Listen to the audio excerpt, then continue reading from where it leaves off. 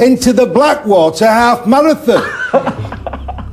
Would you both agree that you mucked the whole thing up? Yeah, I would. Well, Mervyn, Richard, I have no choice. I have to fail you on your line of inquiry. Richard and Mervyn can now be voted for to play the killer's game. Let's talk about Team 2's lines of inquiry. Samantha, Merrill, Sarita. On day 1, you searched the car. Day 2, you followed the tracker records. And it took you to some sluice ponds. What did you find? We found, after a long search, 2.5 hours approximately in the water, we finally found a trowel. A trowel? Yes, we believed may have been dumped there by whoever had stopped there. So the killer might have dumped his trowel? It could have been the murder weapon. It could have been the murder weapon. we thought the I have shaft... dealt with a lot of murders in my time, but I've never known anybody attack anybody with a trowel. So again, I had to send my boys in. Yo, got them in. Because Team 2 missed the clue, the police search team had to get the murder weapon from the pond and send it off to the lab. I'm very disappointed because I really thought we'd found something. It was a lot of wet and cold for very little. Listen, all the detective worries about is if they're still breathing. Not bothered about heat and cold. Oh, yeah. You get there and you do the job.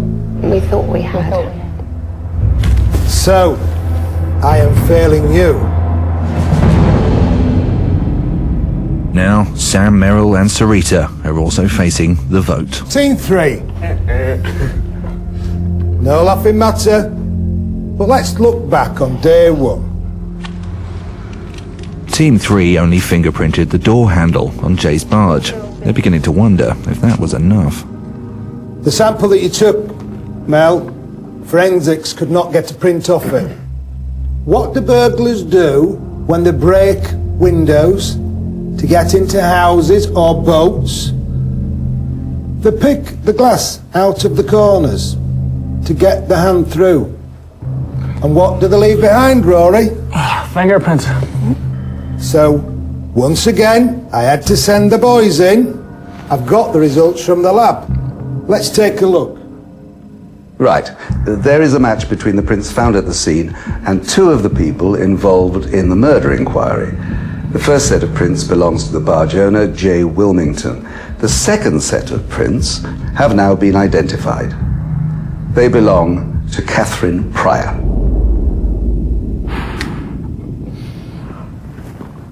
Do you see what you missed? Yep. What have you got to say for yourselves?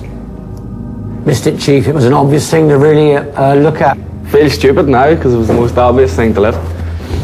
So Rory, Mel, Andrew, I am failing you on your lines of inquiry.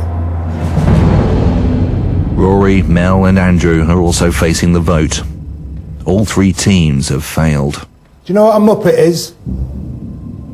When I was in the force, a Muppet stood for the most useless police person ever trained. There's enough Muppets in this room to make a movie. Don't laugh. It's time for the group vote, which decides who will be the first to play the killer's game. The vote is held in secret in a soundproof room. Tonight I'm voting for Rory, because whilst he has the skills, I don't believe he applies himself fully. I will be voting for Richard, because I didn't want to fail and we shouldn't have failed that task. Sarita, she broke both of the metal detectors, which obviously hindered the line of inquiry, and hence we failed to get the murder weapon. I'm afraid it has to be Sarita, Chief. I think today was the final straw. I'm going to vote for Merrill. Merrill is possibly having difficulty understanding that there are very specific tasks we are required to do and gets sidetracked. At the halfway point, Richard, Rory and Merrill are tied on 1 vote each, but Sarita has 2. I feel that Meryl is becoming rather a matriarch figure, and I'm feeling it's causing a slight rift. I'm going to vote for Sarita because from what the other groups have been saying, she is messing up the investigation. Tonight I'm voting for Meryl because I think Sam was on the right track of getting the tracker, and she's again put her off the track. Thank you, Rory. Cheers.